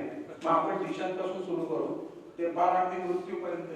मी या सगळ्या विषयावर पुस्तकं लिहिली, सगळ्या विषयावर. का आता अनुभव घेतला, पण मी गुड मिळणार नाही गेले सर, कारण मी अशा स्त्रीशी विवाह केला जशी माझी पत्रिकाच बनली. सगळं झालं, मुलं बाळ झाली, पण आपण द्यायची आता. म्हणजे थोडक्यात तिथं मला एक गोष्ट कळली की काही नाही, फक्त स्वभावावरती डिपेंड. घटस्फोट का होतात? स्वभावामुळे होतात, इगोमुळे होतात. पण एखादी इगो बाजूला ठेवलं कशाला होईल? पूर्वी पद्धत होती पत्रिका बघायची, कारण बायका मुली दिसायच्या नाही. आता इथं भेटतच हॉटेल, बरोबर की मग आता नियम बदलले पाहिजे ना. मग आधी जर तुम्हाला कळतंय त्यांचे स्वभाव कसे, स्वभाव बदलले तर विषय सगळं संपते. अशा पद्धतीने माझी ही काय तास अर्ध्या तासाची जी काही वाचपळ तुम्ही ऐकून घेतली त्याबद्दल मनापासून धन्यवाद. आनंद पिंपळकर आनंदी वाचले फेसबुक पेज नावाचं युट्यूब चॅनल तुम्ही लाईक सबस्क्राईब करा आणि जास्तीत जास्त शेअर करा. त्याचं कारण असं आहे की धर्म प्रसाराचा पुण्य देखील तुमच्या पदार्थ प्राप्त होईल. तुम्ही देखील व्हिडिओ काढा, मला पाठवा, मी देखील प्रसार करेन. मला कधीही कमीपणा वाटत नाही. मी बऱ्याच लोकांचं बघितले वास्तू ज्योतिषामध्ये काय करतात, हा मोठा होईल तो मोठा होईल, कोणीही मोठं होत नसतं, तो आपल्या कर्माने मोठा होतो. लक्षात. त्यामुळे असं भिकारडेपणा पहिल्या डोक्यात काढा, तिथून सकारात्मक चालू. मला जेव्हा विचारलं की कोणाला पुरस्कार द्यायचा, मी कशाला सुचवीन यांचं ना, मला काय करायचं यांना मोठं करू. पण अशी ज्योतिषी पण आहेत की आपल्याला की ते त्यांच्या फार सुखात पण नाही बोलत आणि दुःखात पण नाही बोलत. असं नको करूया, आपण सगळे एक होऊया. मला निलेशजींचं का चांगलं वाटतं, एवढ्या लांब मी का येतो तुम्हाला सांगतो. आज मला एवढे म्हणजे खरे तर एवढं माझा आता ऑगस्ट 2026 पर्यंत बुकिंग फुल आहे. माझी पत्रिकेची मी 25,000 रुपये. माझ्याकडे भरपूर म्हणजे मला वेळ नाहीये, मी रविवारी सुद्धा विजिटला जातो. पण का इथे या माणसाला प्रोत्साहन दिलं पाहिजे ना, हा कुठेतरी एकी करतोय. मला नाही जमत, मी कोणाला बोलवत येत नाही, मला बोलवतच नाही. तू मगाशी सर म्हणे मला बोलवतच नाही, तुम्ही कसं जाईल बोल. बरं मी न बोलवता सुद्धा गेलोय, न बोलवता सुद्धा गेलोय. आता माझा ताम जामा, मी इथं कोपऱ्यात कुठेतरी बस, मी असं म्हणत नाही की मला कम से कम ढकलतो लोक आहे कोणी आहे आलाय बाबा, आलाय की आला ना बाबा ते आपल्या कोपऱ्यात तो करायचं. महानपण आपण मान्य नाही, पण एकदा ठीक आहे, दोनदा ठीक आहे. त्यामुळे उर्वरितांनी सुद्धा काही काळजी घ्यायला पाहिजे, बोलवलं पाहिजे सगळ्यांना. प्रत्येक जण इथं स्टेजवर आला पाहिजे, प्रत्येकाला माझं सन्मान मिळाला पाहिजे. कौतुकच तू केलं होतं, लहान बाळाला सुद्धा कौतुक केलं, डॉक्टर हात फिरवलं तरी ते किती प्रेमाने हे करतात. तर कोणाला कौतुक करायचं, मोदींना पण कौतुक केलं आणि ट्रोलिंग करणारे जास्त. त्यामुळे हा माणूस कौतुक करतो सगळ्यांचं तुमचं, तो काय देतो लक्षात घ्या. आता एखादा माणूस बघू ते 100 रुपयाचे तर दिले, अरे पण देण्याची दानत आणि प्रवृत्ती आहे ना, तू ते बघ ना. लक्षात घ्या, त्यांनी किती मोठं दिले. तुम्ही त्यांनी 10 डोळे तुम्हाला दिले तरी ते काय कोणणारे नाही, लक्षात घ्या. पण त्यांनी तुम्हाला बोलवून तुमचा सन्मान करून बायका पोरांच्या आयुष्यात वेळ घालून स्वतःचे पैसे घालून ते उद्योग केले. त्यांच्या मागे आपण उभं राहायला पाहिजे. किंबहुना इथून पुढे जेवढे पुण्यातले ज्योतिषी आहेत त्यांना आम्ही विनंती करतो, विनंती की आम्हाला बोलवा तुमच्या, आम्ही परके नाही. इथे जो जातीवादाचा शिक्का बसलाय ना की हे ब्राह्मण, हे अमू, हे तमू, काय चाललंय इथे तुम्ही लक्षात घ्या. 20 वर्षांनी अजून आपल्या घरातल्या पोरी उचलून घेतील तेव्हा कळेल तुम्हाला की आपण फार मोठी चूक केली. आणि ती पिढी आपली आहे, ही पिढी आपली आहे. ही पिढी पुढच्या 20 वर्षानंतर येणारी पिढी मागच्या पिढ्यांना दोष देणार नाही, आपल्या पिढ्यांना दोष देणार आहे की यांनी आमच्या धर्मासाठी काही केलं नाही. आणि लवकरच आज इतक्या प्रमाणात धर्म तराचं वाढलंय. मी पुन्हा सांगतो, मी मुस्लिम धर्म, ख्रिश्चन धर्म यांना नावं ठेवत नाही. ते त्यांच्या धर्माशी प्रामाणिक आहेत, ते त्यांची उपासना नित्य करतात, ते 5 वेळा नमाज पढतात. तुम्ही 5 वेळा करता का आरती आहे? तुम्ही आरती केलं तरी तुमच्या मागे एक भाव असतो, माझं भलं करतो तुझी आरती. मला अमुक झालं तर तुला नारळ आहे, तुला विकार आहे तुझं नारळ आहे. तुम्ही कुठेही मोकळ्या मनाने त्याची कधी पूजाच करत नाही. तुमच्यात एकी नाही, पहिली इथून सुरू. बाकीच्या धर्मांमध्ये की एक आवाज टाका सर, एक आवाज नुसत्यावरती 1000 रुपये जमा होतात. इकडे याला मारत असते तर आपण काय म्हणतो, आपलं कुठे आहे मरून तिकडे. याचा अनुभव मी घेतलाय आणि वाईट वाटतं त्याला. त्यामुळे पुन्हा सांगतो, ज्योतिषी मरू द्या, आपल्या धर्मातल्या लोकांची एकी होणं फार गरजेचं. याचा अर्थ काय मुसलमानांची किंवा ख्रिश्चनांची भांडणं मारमारा नाही करायची. तुम्ही तुमची रेश मोठी करा, आपण त्यांची कमी. नाही तर 25 वर्षांनी हा कार्यक्रम नाही देऊ शकत. मी भविष्यवाणी करतो, इथं तुम्हाला बंदोबस्त ठेवायला लागेल. बघा तुम्ही ही गोष्ट, आणि ते चूक येत असं नाही, तुम्ही चुका, तुम्ही बरोबर सुधारली पाहिजे. आणि म्हणून आपली एकी होणं आणि ज्येष्ठ श्रेष्ठांनी सुद्धा हे आता मनावर घ्यावं. तरुण पोरांना आता या पोराला सुद्धा पुढे आणला मी, हे बाबा कर बाबा, चल करतोय, तो कुठेतरी वेगळ्या क्षेत्रात होता, कोण आहे येऊ द्या. ते पल्लवी नाहीये, किती छान एनर्जेटिक पोर आहे ती सगळी, ती आली पाहिजे पुढं. आणि आपल्या सगळ्यांची जबाबदारी आहे की यांना पुढे आणलं पाहिजे. धन्यवाद या ठिकाणी मला संधी दिल्याची. खूप छान आहे हा विषय, वास्तुशास्त्र, ज्योतिषशास्त्र, अंकशास्त्र. निश्चित एखादा पुढच्या वेळेस मला वेळ द्या, भरपूर 2-3 तास आणि अख्खा दिवस मला वेळ. मग आपण प्रेझेंटेशन आहेत माझी काही, मी तुम्हाला दाखवीन, काही वस्तू मी तुम्हाला देईन. आज मला वाटतं कॅलेंडर बऱ्याच लोकांना दिली असते, नसतील तर मी द्यायची व्यवस्था करतो. आणि पुन्हा एकदा धन्यवाद. अशा माझ्या खूप साऱ्या वस्तू तुम्ही घेऊन नका, तुम्ही बघा. आम्ही पण आता प्रोडक्शन चालू केले, उदबत्ती चालू केली तुम्ही. विचारा तुला कोणी मार्गदर्शन म्हणजे मला काय करायचंय. माझ्या उद्बत्तीला मरण करू का नाही, त्याचं नशीब आहे तो खाई, माझं नशीब आहे. यांना म्हटलं काढा उद्बत्ती, चांगल्या क्वालिटीच्या काढले, चांगले चालले. याला काय तुम्ही उद्बत्ती कुठं काही लोक मड्या कुठं लावणार आहेत का, देवापुढेच लावणार आहेत ना. मी तर एवढ्या वाटतो वगैरे पुढे वाटतो पुढे, म्हणजे त्या प्रॉफिट मधले 25% गोष्टी मी घरीच वाटून जातात का, तर कुठेतरी ती देवालाच लागणार आहे ना उद्बत्ती. ठीक आहे, धन्यवाद. मी फार शहाण्या अशा तर राग नाही, फक्त हेच आहे की माझं वजन कसं कमी झालं ते मी तुम्हाला सांगतोय, तुमचं कमी व्हावं असं मला वाटतं. म्हणून हा सगळा कटाकट मला वाटतं मकरंजी काहीतरी निश्चित बोल दिल्यावर. धन्यवाद. बरं वाटलं का? बरं वाटलं का? काय पण ओळखणार विषय असा आहे, प्रत्येक गोष्टीला अर्थ आहे ना. हे टाळे वाजवणे सुद्धा तुमची सगळी केंद्र जागृत होतात, म्हणून अर्थ सगळे कुंकू लावा, पायात चप्पल घाला, बिन चपल्याचे चाला, सूर्यनारायण काय सगळं विज्ञान विज्ञान भरलेलं आहे. धन्यवाद.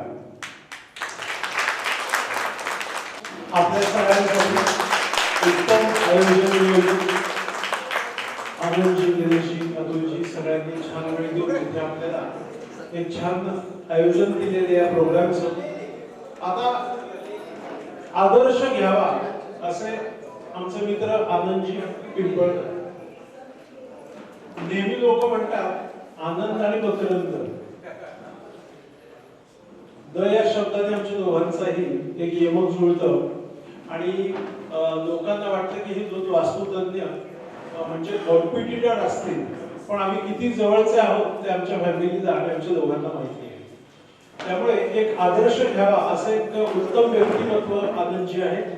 आणि यांच्या कार्याला आणि त्यांनी जो एक आदर्श निर्माण केला आहे, पायोनियर, आणि मी यांना सरकार असं म्हणतो. सरकार म्हणजे काय, ज्यांनी ज्याच्याकडे गव्हर्नमेंट एक मोठं, कारण 25 लाख फॉलोअर्स त्या दिल्लीचा महावास्तू सुद्धा नाहीये. तुम्ही फक्त बघा की कुणाचे 25 लाख आहेत, कुणाचे 5 लाख फॉलोअर्स आहेत. बरं, हे कष्ट आहेत आणि एक नीतिमत्ता आहे आणि खूप मनमोकळा माणूस आहे. वेळ कमी असतो म्हणून आपल्याला असं वाटतं की यांना काही इगो आहे किंवा हे कमी बोलतायत किंवा मिसळत नाहीत. बोलवा, आनंद काय आहे हे तुम्हाला कळेल. जोरात टाळ्या आनंदजींचा. आता मोठ्या भावानी बरंच काही बोलल्यानंतर छोटा भाऊ काय बोलणार, तरी सुद्धा मी तुम्हाला दोन गोष्टी असे सांगतो की आपल्याला वास्तू ज्योतिष रेमेडीच्या बाबतीमध्ये मी तुम्हाला काही गोष्टी सांगतो. पहिल्यांदा आपल्याला आनंदजींनी सांगितलं की तुम्ही सुधरा. आपण जर जसे असू तसे आपले क्लायंट आपल्याकडे बघतात. पहिल्यांदा मी तुम्हाला सांगतो, तुमचा वेश म्हणजे तुमचा जो ड्रेस आहे आणि तुमचं ऑफिस खणखणीत करा. म्हणजे माझं जर सारसबागेच्या इथे 1000 स्क्वेअर फुटाचं ऑफिस असेल तर याचं श्रेय मी आनंदजींना देतो. कारण या माणसांनी जो एक ऑरा निर्माण केलेला आहे आणि या माणसांनी 100 रुपयाच्या पत्रिकेची लायकी 10,000च्या लेवलला नेऊन ठेवली. हे श्रेय भारतात फक्त ह्या व्यक्तीला जातं. जोरात टाळ्या वाजवा. कारण काय माहितीये का, आपण विचारच करत नाही. आपल्या माझ्याकडे क्लायंट, अरे बापरे 25,000 वास्तूची फी, अरे तुझा फ्लॅट 2 करोडचा आहे. तो जर वाचवायचा असेल तर माझ्या 25 वर्षाच्या ज्ञानाचे मी 25,000 घेतले पाहिजे, तुम्ही सुद्धा घेतले पाहिजे. आपण त्यांना वाचवतोय. नाही तर तो फ्लॅट कर्जात बँकेने नेला तर काय व्हॅल्यू आहे? त्याला वाचवणारे कोण आहे? तुम्ही आणि मी. त्यामुळे बेसिक लक्षात ठेवा, त्या माणसाला जो, कारण फुकटाला व्हॅल्यू नसते. अशा पेपरला सकाळी मी चहा पिता पिता पेपरला वाचतो, मोफत ज्योतिष मार्गदर्शन. जाऊन बडवा वाटतं असं. आणि ज्योतिष मार्गदर्शन एवढं काही किरकोळ आहे का, सोपं आहे का? आपले गैरसमज, यजमानांकडून आलेली फी मला लाभेल का नाही? यजमान समोर बसले, त्याचे व्हायब्रेशननी माझ्या कुटुंबावरती काही त्रास होईल का? पहिल्या डोक्यातनं काढून टाका. भगरे गुरुजींनी सांगितलंय ज्योतिर्वैद्य निरंतर. वो ज्योतिषी आणि वैद्य हा एकाच टाईपचं काम करतोय. ऑपरेशन केलेल्या डॉक्टरनी 50,000 रुपये घेतल्यावर त्याला लाभतील का नाही? लागणारच आहे. डॉक्टर काय करतोय, तो त्याच्या शरीराची सेवा करतोय. आणि ज्या शरीर ज्या वास्तूमध्ये राहतं त्या वास्तूचा डॉक्टर आपण आहोत. त्यामुळे बेसिक लक्षात ठेवा, आपण एक समाज कार्यच करतोय आणि त्याची आपण योग्य फी घेतोय. जोपर्यंत तुम्ही फी घेत नाही तोपर्यंत तुम्ही समोरच्याचं चांगलं करू शकत नाही आणि स्वतःचंही चांगलं करू शकत नाही. हे महत्वाचं आहे. कारण तो जेव्हा पेशंट म्हणजे आपला जो यजमान आपला जो क्लायंट येतो ना, तो तुम्ही घरात एंट्री करताना बघता काय तेज या माणसाचं. आणि जर एंट्री बघायची असेल तर ह्या गुरुतुल्य व्यक्तीच्या फेसबुकला जा, यांची काय एंट्री असते यांची युट्यूबची तुम्ही बघा. अशी भारदस्त एंट्री. कारण बेसिक लक्षात ठेवा, तुमची उपासना तुमचे उपाय तुमचं मनातलं जे काही पॉवरफुल व्हायब्रेशन्स आहेत ना, वास्तुदेश तुमच्या त्या यजमानांच्या घरात तुम्ही पाय ठेवलेच नाहीसे व्हायला पाहिजे. इतकी ताकद उपासनेने केली पाहिजे. हो नक्कीच यजमानांच्या आपण जेव्हा वास्तू व्हिजिटला जातो तिथल्या व्हायब्रेशनचा त्रास होतो. कस्टमर आपल्या समोर तास बसतात, पत्रिका बघतो, त्रास होतो. तुम्ही उपाय योजना तुमच्यासाठी पाहिजे, तुमच्या उपासना पाहिजे. आणि जे जे फेल झालेले आहेत, ज्यांना ज्यांना त्रास झालेला आहे, यांनी स्वतःची वास्तू योग्य केलेली नाहीये, स्वतः उपासना करत नाही, काहीही उपाय करत नाही. बघा आपल्याला सांगितलं की मी सहस्त्र गायत्री जप करतो आणि मी बाहेर पडतो. गुरुजींनी मगाशी आपल्याला सांगितलं. त्यामुळे तुम्ही विमानात बसल्यानंतर काय म्हणतात, पहिले आप उस मास्क को पहनो और फिर दूसरे को पहनाओ. त्यामुळे तुम्ही सुधारा आणि तुमच्या मध्ये तुमचा क्लायंट आपोआप सुधारेल. आता बरेचसे क्लायंट्स आपल्याकडे येतात, माझं माझ्या बायकोचं पटत नाही. मग पहिल्यांदा तुम्ही बेसिक लक्षात घेतलं पाहिजे, बायको म्हणजे शुक्र आहे आणि शुक्र म्हणजे घराची आग्नेय दिशा आहे. म्हणजे तुम्हाला लक्षात येते की आग्नेय दिशेमध्ये असणाऱ्या दोषामुळे शुक्र बिघडलेला आहे. अग्नी तिथे पाणी आलं त्यामुळे बायकोलाही आजार आहे आणि बायकोलाही हा त्रास सुरू आहे. त्यामुळे तुम्हाला आग्नेय दिशेमध्ये देखील दोष निवारण केले पाहिजे आणि त्यामुळे तुमचा जो घरचा शुक्र आहे तो बॅलन्स होणार आहे.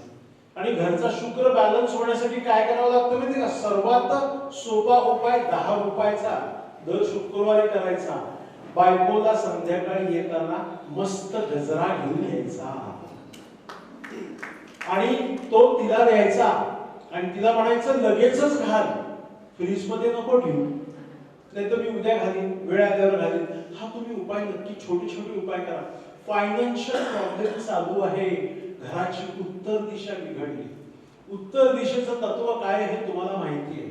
उत्तर दिशेला जर अग्नी तत्वाचा कुठलाही भाग आला तरी उत्तर दिशा ब्लॉक होते. म्हणजे उत्तर दिशेला व्हेंटिलेशन नाहीये. तिथं ठेवलेला सिलेंडर काढू शकता. त्या ठिकाणी अग्नी तत्वाचं तुम्ही इन्व्हर्टर बॅटरीज ठेवलेले आहेत. आताच परवाच एक मोठ्याचे मंत्रशास्त्रातले दिग्गज त्यांचा विषय प्रॉब्लेम चालू होता. त्यांना मी सांगितलं की म्हटलं असा विषय आहे, तर म्हटलं तुमच्या आरोग्याच्या तक्रारी ज्या चालू आहेत तर उत्तर दिशेला तुमचे ते इन्व्हर्टर आहे तर प्लीज इन्व्हर्टर काढा. तर खूप मोठ्या व्यक्ती पॉडकास्ट पण त्यांचे भरपूर आहे. उत्तरेचं इन्व्हर्टर काढा हे फोनवर मी त्यांना सांगितलं. कारण उत्तर दिशेच्या ठिकाणी जलतत्व आहे, तिथं अग्नी तत्वाचा कुठलाही मित्र आला, इन्व्हर्टर आला, बॅटरी आला, गॅस सिलेंडर आला तर ती उत्तर दिशा बिघडते. हेल्थ आणि वेल्थ देणारी कुठली दिशा आहे? उत्तर दिशा आहे. त्यामुळे लाल रंग इथे टाळा. आता रिलेशन्स बिघडत आहेत, नवरा बायकोंचे रिलेशन बिघडत आहेत. म्हणजे आग्नेय दिशा आणि नैऋत्य दिशा. नैऋत्य दिशेमध्ये जेव्हा आपल्याला हा कोणता कॉर्नर कट येतो किंवा त्या ठिकाणी कुठल्याही पद्धतीचा विहीर खड्डा बोरिंग पाणी दोष येतो तेव्हा रिलेशन बिघडायला सुरुवात होतात. मग त्या ठिकाणी जडत्व असणं आणि जडत्वाचे दोष जर आपण घालवले तर रिलेशन चांगले व्हायला सुरुवात होतात. आता बऱ्याच वेळेला असं येतं की जमिनींचे प्रॉब्लेम येतात. जमिनींचे प्रॉब्लेम आल्यानंतर पहिल्यांदा तुम्हाला लक्षात घेतलं पाहिजे याचा मंगळ बिघडलाय, याच्या भावाचं त्याचं चांगलं नाहीये. नाती सुधारा, वास्तु दोष सुधारा. इतकं सिंपल लॉजिक आहे, हे आपण वापरलं पाहिजे. त्यामुळे बेसिक लक्षात ठेवा, त्या माणसाला तुम्ही भावाशी रिलेशन चांगले ठेवायला सांगा. त्याचा भावाचा काहीतरी प्रॉब्लेम आहे म्हणजे मग त्याच्या जमिनीचाही प्रॉब्लेम आहे. इतक्या छोट्या छोट्या गोष्टी आहेत ज्या आपल्याला वास्तूवरती उपाय करणाऱ्या आहेत. शेवटचा एक मी उपाय तुम्हाला सांगतो आणि त्यानंतर ना आनंदजींची एक इच्छा पूर्ण करण्याची माझी आजची जबाबदारी आहे, तर ती आहे गाण्याची.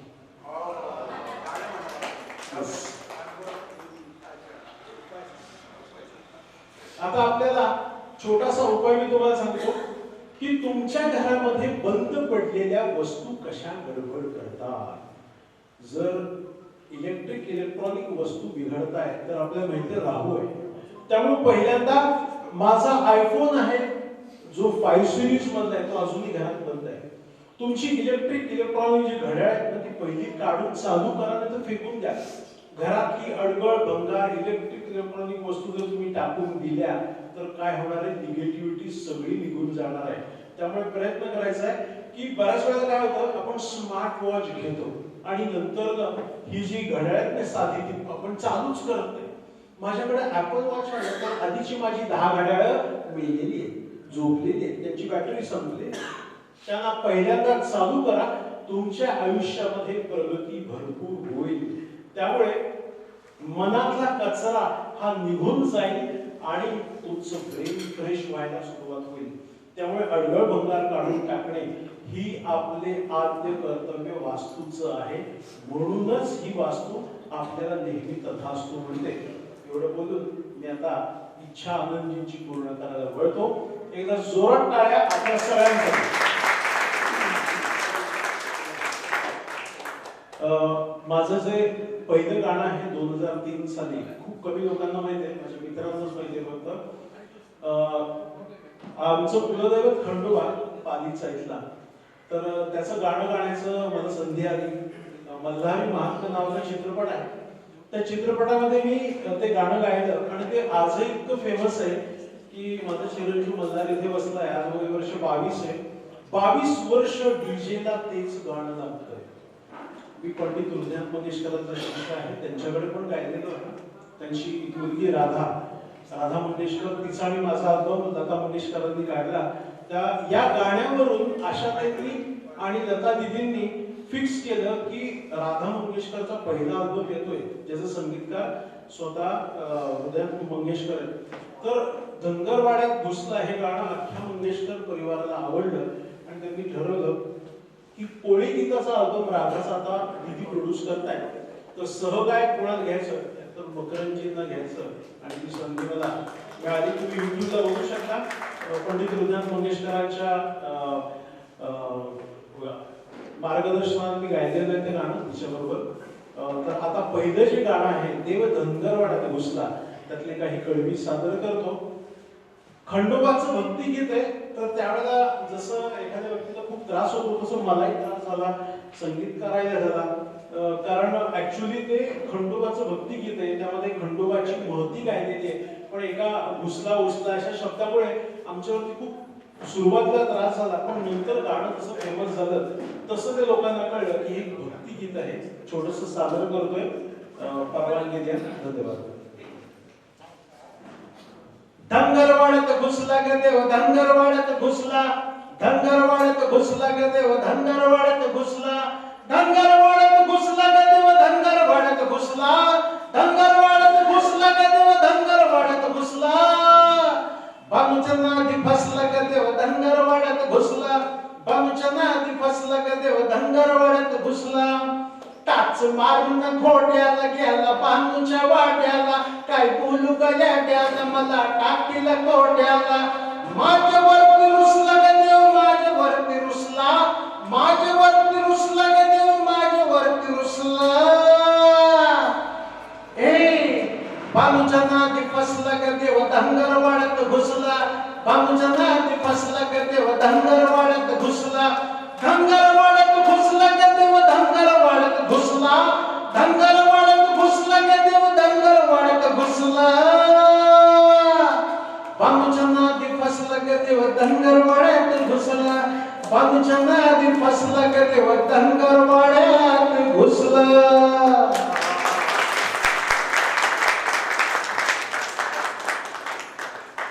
श्रेय कसं होतं बघा, हे गाणं जेव्हा फेमस झालं ना तेव्हा शिंदे, आनंद शिंदे आणि मिलिंद शिंदे खूप जोरात होते. लोकांना वाटायचं की हे गाणं त्यांच्यापैकी कोणीतरी गायलं. आणि नंतर ना जेव्हा कळायला लागलं की मग सर देशमुखांनी काय तेव्हा कुठे कुठे हळूहळू नाव व्हायला सुरुवात झालं. आजही माझा मित्र संगीतकार राजा तो म्हणतात मग या गाडीत तुझं हे गाणं आम्ही ऐकायचो त्या काळी आणि त्यावेळेला आम्ही पुढीच नव्हतो. तू आता हे काय ज्योतिषशास्त्रामध्ये गेलेला आहेस, तू या विचारून यायला पाहिजे होता. डेस्टिनी असते, धनुरास आहे, मूळ नक्षत्र आहे, परमेश्वर करून घेतो. तुमच्या सगळ्यांच्या शुभेच्छा, आनंदजींचा आशीर्वाद, शुभम भवो.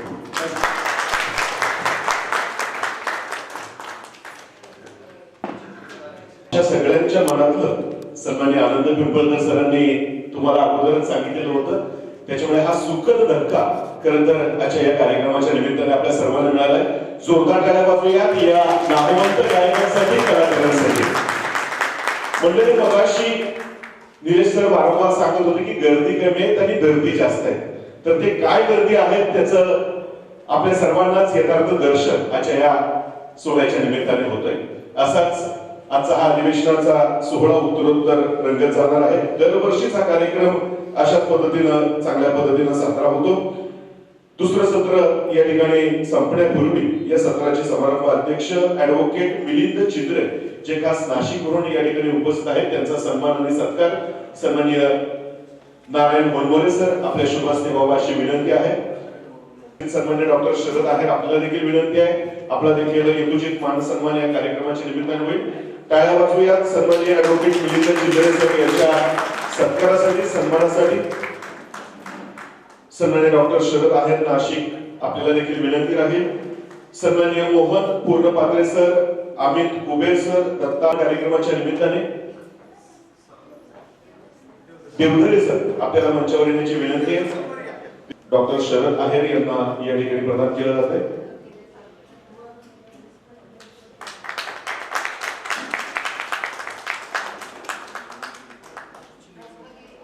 भागवत यांचा सत्कार या दुसऱ्या सत्राच्या निमित्ताने केला जातोय. तुम्ही बघा, या कार्यक्रमाचं संयोजन आणि नियोजन करताना सन्माननीय डॉक्टर निलेश कुलकर्णी सर यांचा सर्वांचा सहभाग संपूर्ण दिवसभराच्या कार्यक्रमामध्ये कसा घेता येऊ शकेल याचं अतिशय सुयोग्य नियोजन केलेलं आहे. आणि म्हणूनच समीर भागवत या ठिकाणी सन्मानित होत आहेत. प्रत्येक सदस्याला स्टेजवर येण्याची संधी, प्रत्येक सदस्याचा नामोल्लेख, सन्मान, कौतुक हा करण्याचा प्रयत्न निलेश कुलकर्णी सरांचा. आणि या समारंभाचं अध्यक्षीय मनोगत व्यक्त करण्यासाठी ऍडव्होकेट मिलिंद चिंद्रे सर आपल्याला नम्र विनंती. नमस्कार सगळ्यांना. भूका लागलेल्या आहेत ऑलरेडी, सगळ्यांची जेवायची वेळ पुढे गेलेली आहे, त्यामुळे 3 मिनिटाच्या वर मी काही वेळ घेणार. आनंद पिंपळकर आणि मकरंद सरदेशमुख या दोघांनी पण वास्तूवरती अतिशय छान आणि आपण ते सगळ्यांनी अनुभवलं, त्यांची भाषणं अनुभवली, त्यामुळे त्याची दुरुक्ती मी करणार नाही. न्यूमरोलॉजीवरती एक व्याख्यान होतं, पण त्या मानसी काळे ज्या आहेत त्या काही आल्या नाही, त्याच्यामुळे सरदेशमुख सरांना ती संधी मिळाली. न्यूमरोलॉजी हा देखील एक महत्वाचा विषय आहे आणि 1985 साली मी माझ्या ज्योतिषाचा कोर्स पुरा केला. त्याचं सर्टिफिकेट जे आहे ते सर्टिफिकेट घेतलं 1985 साली. त्याच्यावरती एम कटककर यांची सही आहे. एम कटककर हे अतिशय दादा व्यक्ती होते. न्यूमरोलॉजीचा ज्यांना अभ्यास करायचा आहे त्यांनी त्यांची सगळी पुस्तकं वाचायला पाहिजे. दुसरं, मला आपल्या सगळ्यांचं एक लक्ष वेधायचं याच्याकरता आहे की पुस्तकं ही महत्वाची आहेत. आजचे जे उद्घाटक किंवा अध्यक्ष होते आमचे बगरे गुरुजी काय किंवा आता आनंद पिंपळकर काय, यांनी देखील सांगितलं की पुस्तकं ही महत्वाची. त्यांनी 68 पुस्तकं लिहिली. आता पुस्तकांना देखील चांगले दिवस आले. एनबीटीचं नागपूरला प्रदर्शन झालं, माझे प्रकाशक तिथे गेले होते. त्याच्यानंतर इथे सातारला जे साहित्य संमेलन झालं त्या निमित्ताने फार मोठं प्रदर्शन भरलं होतं. विक्री किती झाली? 8,72,00,000 पुस्तकांची विक्री ही इथे झाली. माझ्या प्रकाशकांनी सांगितलं की खूप दिवसांनी मी आनंदित आहे. तिसरं प्रदर्शन संभाजीनगरला आहे. 16, 17, 18 असं काहीतरी. ते जे प्रदर्शन आहे ते सकाळतर्फे आहे. मग त्यांना म्हटलं सकाळचं प्रदर्शन झाल्यानंतर तुम्हाला जरा विश्रांती मिळेल. नाही, ते म्हणे ते झालं की मला गोव्याला जायचंय. गोव्याला मोठं प्रदर्शन आहे. मी आपल्या सर्व ज्योतिषांना अशी विनंती करेन, ताई आणि दादांनी फार मोठं काम ज्योतिष पुस्तकं विकण्याचं, जसं ग्रहांकित मासिक काढत होते तसं ज्योतिष पुस्तकं प्रकाशित झालेले विकण्याचं काम रोहिणी कुंबळेतर्फे केलं. चंद्रवल्लभ प्रकाशन त्यांच्यातर्फे पुस्तकं छापणं, पुस्तकं विकणं हे फार मोठं काम त्यांनी केलं. जवळजवळ 50 वर्ष या सगळ्या गोष्टीच्या मध्ये दादा आणि ताई आहेत. तर मी सगळ्यांना असं सगळ्यांचं लक्ष वेधू इच्छितो की असं काही नाही पुस्तकांना वाचक नाहीये. उलट पुस्तकांना अतिशय चांगले दिवस येतात ते, आणि ते सगळं दिसतंय. सातारचं 8,72,00,000 जी विक्री झाली ती अतिशय महत्वाची. आपण या सगळ्या गोष्टीच्याकडे लक्ष द्या असं विनंतीपूर्वक मी आपल्याला सांगेन. सगळ्यांना भुका लागलेल्या त्यामुळे मी फारसं काही बोलणार नाही. या सगळ्या गोष्टी आपण लक्षात ठेवाल. मला इथे निलेश कुलकर्णी यांनी खास करून, मी एप्रिल महिन्यामध्ये इथे आलो होतो. माझे स्नेही अरुणराव गोडबोले हे तेव्हा आजारी होते आणि त्यांना भेटण्याकरता खास नाशिकहून आलो होतो. दुर्दैवाने आज अरुणराव नाहीये या जगामध्ये, पण त्या वेळेला देखील मी निलेश कुलकर्णींना भेटलो होतो आणि त्यांचं आदित्य जयंती अगत्य अनुभवलेलो होतो एप्रिल महिन्यामध्ये. त्यामुळे अशाच प्रकारची अधिवेशनं त्यांनी भरवत राहावी, कंटिन्युअसली भरवत राहावी, अशा प्रकारच्या सदिच्छा व्यक्त करतो आणि थांबतो. धन्यवाद.